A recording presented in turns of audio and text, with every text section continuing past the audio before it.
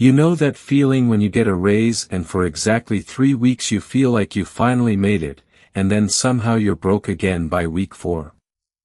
Like the extra money just evaporated into thin air without you actually buying anything major.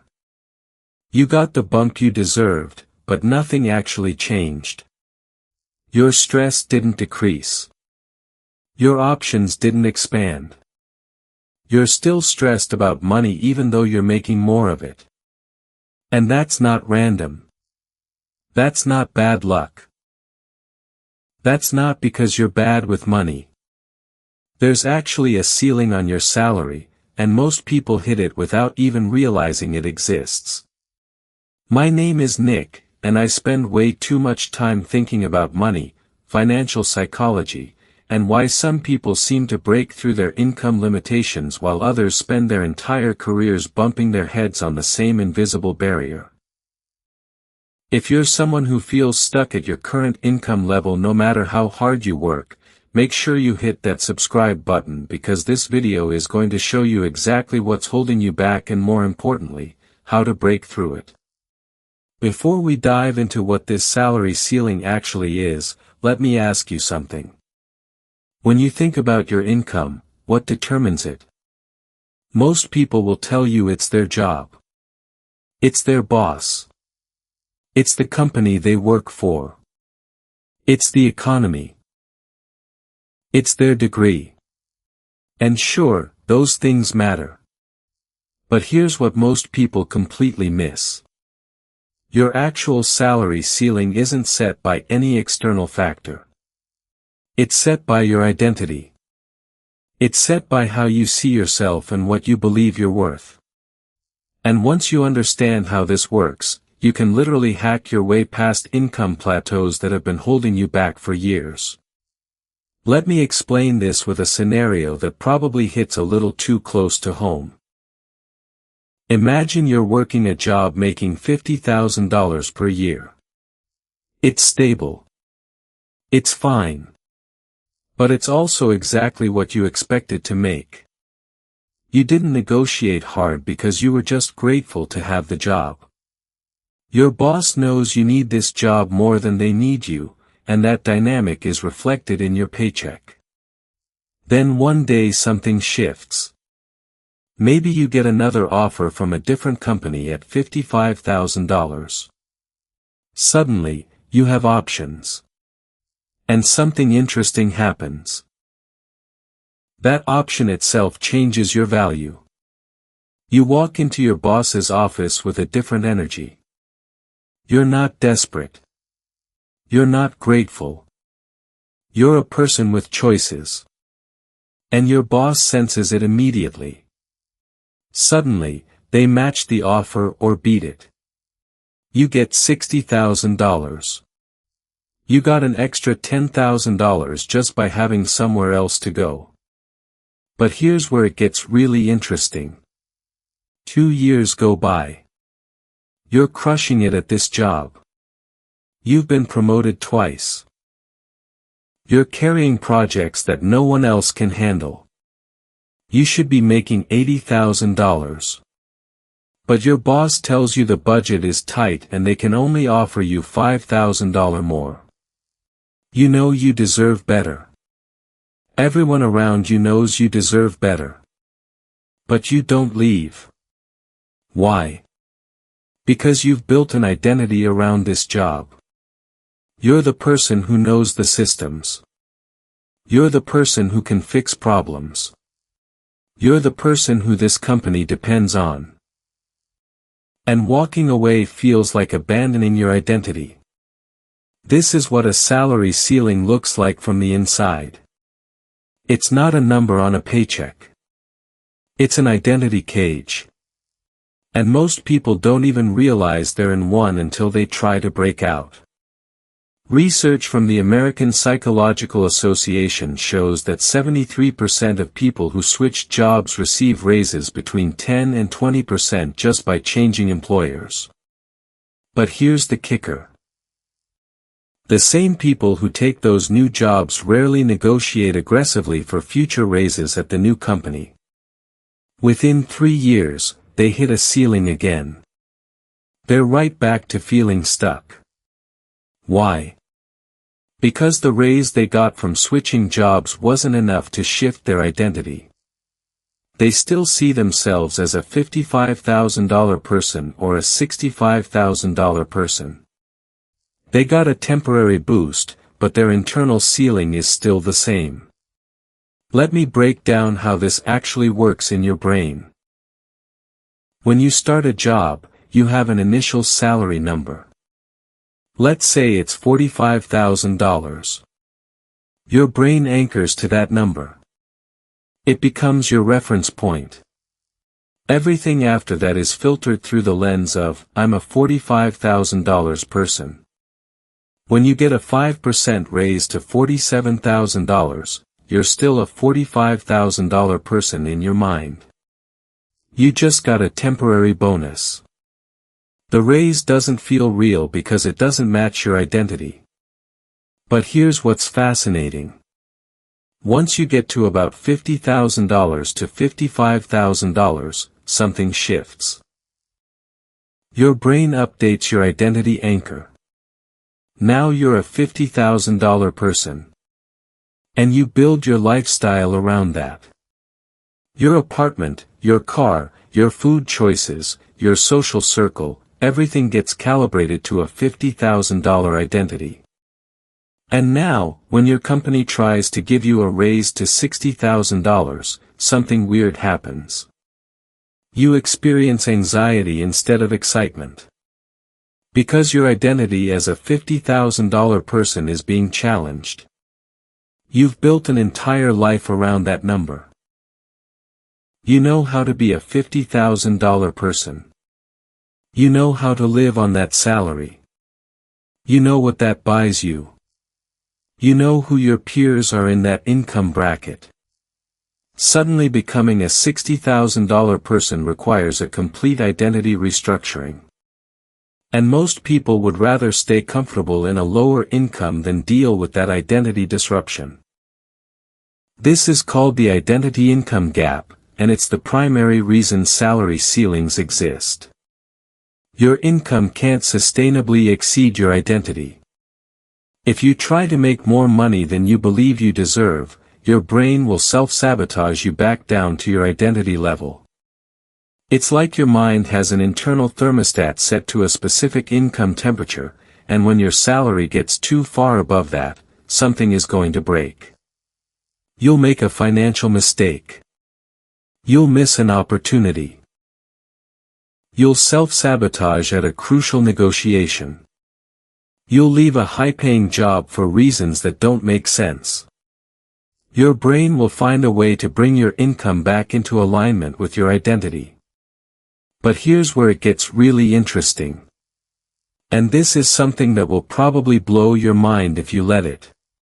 You can actually raise your income ceiling by deliberately engineering identity shifts. And this isn't some motivational speak. This is practical psychology that you can implement starting today. First, let's talk about how identity anchors form. Most people think they're logical. They think they've calculated their worth based on their skills and their market value. But that's not how it works at all. Your identity anchor is usually formed by a combination of three factors. First, your starting salary. Whatever number you accepted when you got your first job, that becomes your reference point. If you started at $30,000, your identity anchor is built on that baseline. If you started at $60,000 because you had a relevant degree or family connections, your identity anchor is different. The person who starts at $60,000 will typically earn significantly more over their lifetime than the person who starts at $30,000, not because they're more skilled, but because their identity anchor is higher. Second factor is your peer group. You unconsciously calibrate your income expectations based on what people around you are making. If your immediate circle makes $50,000 to $70,000, you will subconsciously target that range. If your circle makes $150,000 to $200,000, you'll target that range instead. You're not consciously thinking about it, but your brain is constantly scanning your environment and updating your identity based on social comparison. This is why friend groups matter more for income than talent. You could be incredibly skilled, but if you're surrounded by people making $40,000, you will struggle to break past $60,000 because your identity is anchored to your peer group. Third factor is past success. The amount of money you've successfully managed in the past becomes a reference point for future earning potential. If you've never had more than $10,000 in your bank account, your brain has trouble imagining managing $100,000. If you've never made more than $50,000 in a year, your brain has trouble justifying a $100,000 income. It feels fraudulent. It feels undeserved. So here's the key insight. If you want to break your salary ceiling, you need to deliberately raise your identity anchor in all three of these areas. Start with your peer group. This is probably the fastest way to raise your income ceiling, and it's something you can control starting tomorrow. The people you spend time with are like a thermostat for your income expectations.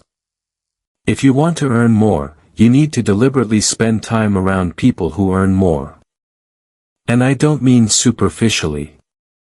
I mean genuine relationships where you're seeing how they live, hearing their stories, understanding their career trajectories. You want to be in environments where $100,000 is normal. Where $200,000 is achievable. Where people are casually discussing investment strategies and career transitions that you've never even considered. How do you do this? Join professional associations. Attend industry conferences. Take classes at expensive programs where high-earning professionals congregate. Get a mentor who's already broken through the ceiling you're stuck at. Volunteer on boards or committees where successful people spend their time. The magic doesn't happen because these people are going to give you money or even offer you opportunities directly. The magic happens because your brain is constantly updating your identity based on what it perceives as normal in your social environment. When you spend time around people making $150,000, suddenly $100,000 doesn't feel impossible. It feels achievable. It starts to feel normal. Your internal ceiling automatically rises. Second, you need to raise your past success reference point. This is trickier because you can't change the past. But you can change how you relate to your past. Let me explain. Right now, you're probably thinking about your peak income as this achievement that was temporary or lucky. Oh yeah, I made $60,000 that one year because I worked overtime. Or, I got a bonus that bumped my salary temporarily. Your brain categorizes that as an anomaly, not a new baseline. To break your ceiling, you need to reframe your past achievements as proof of capability, not lucky breaks. Every time you've ever made more money, that's evidence that you can do it again and sustain it. Start tracking the times you've pushed past your income ceiling. Start celebrating them. Start telling the story differently.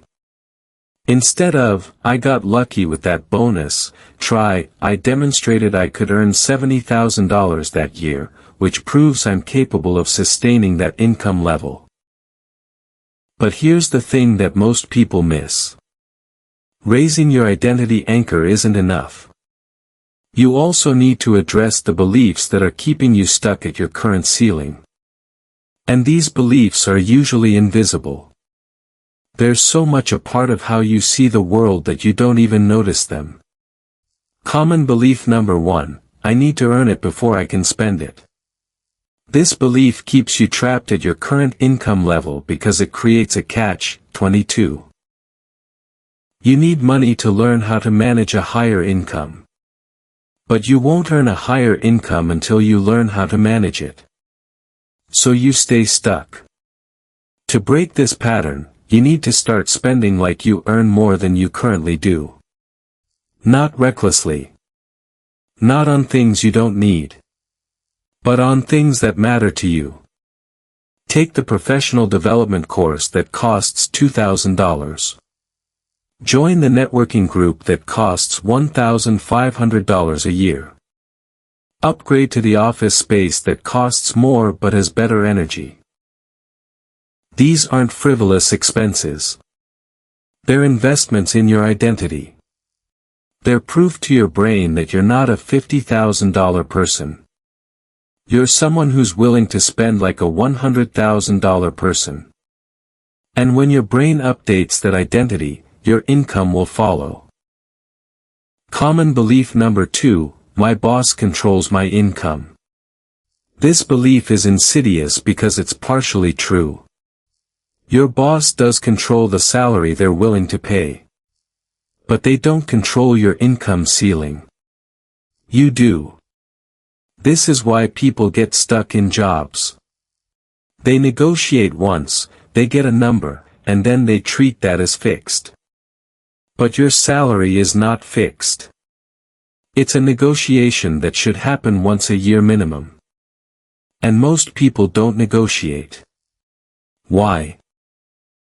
Because they believe negotiating is aggressive or ungrateful. They've got this idea that their boss is doing them a favor by paying them. But that's not how employment works. Employment is a transaction. You're trading your time and skills for money. The moment you frame it as the boss doing you a favor, you've given away all your negotiating power. To break this belief, you need to treat salary negotiations like a business interaction, not a favor-asking session. Come in with data. Know what the market rate is for your role. Know what your contributions are worth. Be willing to walk away if the number doesn't match.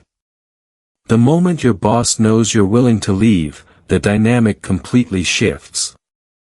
And this is where a lot of people get stuck too. They say they're willing to walk away, but they're not actually willing to walk away. They've made themselves too comfortable. They've got too much identity invested in their current job. So their bluff gets called and they stay. Common belief number 3, there's a limited amount of money and I'm lucky to have what I have. This scarcity mindset is incredibly prevalent among people stuck at salary ceilings. They see income as a fixed pie. If someone else makes more, they must be making less. If they ask for a raise, they're taking money away from someone else. This belief is completely false, but it's deeply embedded in how a lot of people think about money. To break it, you need to understand how value actually works.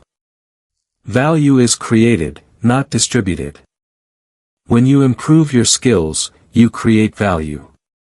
When you take on more responsibility, you create value. When you solve problems, you create value. And that value has a market price. The question isn't whether there's enough money for you to earn more. The question is whether you're willing to create enough value to justify a higher income. Let me give you a concrete example of how this plays out. I know someone named Marcus who was stuck at $55,000 for 5 years. He worked hard. He was good at his job. But he wasn't moving. So he did something radical.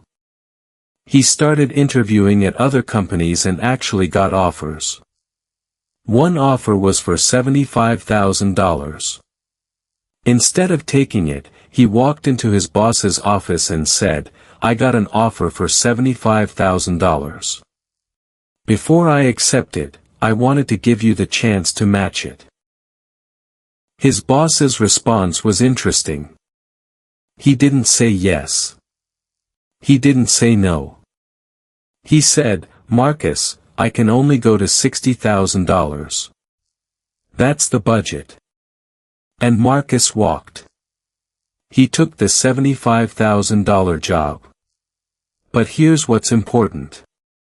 Within 6 months at the new company, Marcus was promoted to a role making $90,000. A year and a half later, he was managing a team and making $120,000. How did that happen? Did Marcus suddenly become more skilled? No.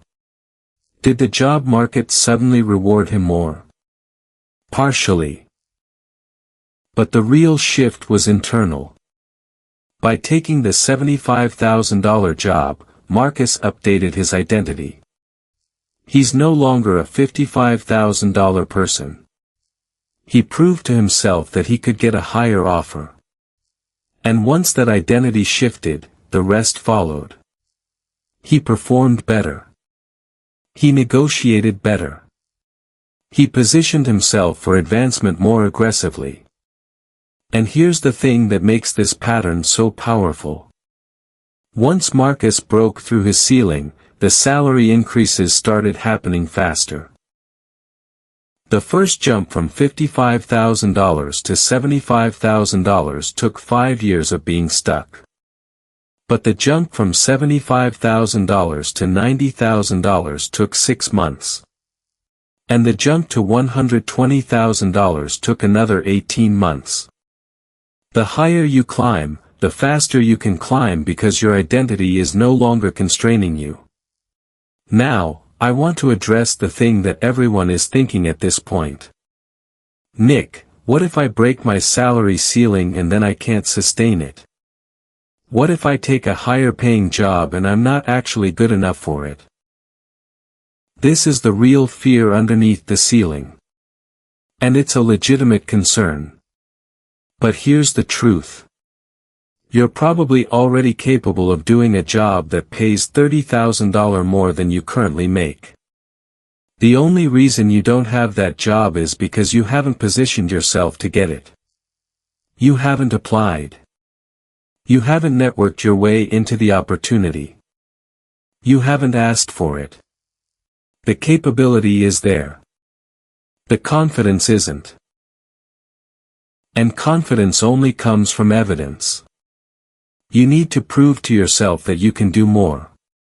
And the only way to prove that is to actually do it. Take on a stretch project at your current job. Volunteer for something that scares you. Offer to lead something you've never led before. Show your brain and your boss that you're capable of operating at a higher level. Then, when you go to negotiate or when you interview for a higher paying role, you're coming from a place of evidence, not hope.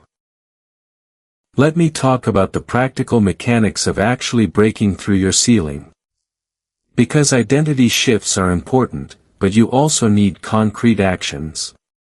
First, map out your target. What is the income you actually want to make? Not what you think is realistic. Not what someone told you is achievable. What actually excites you?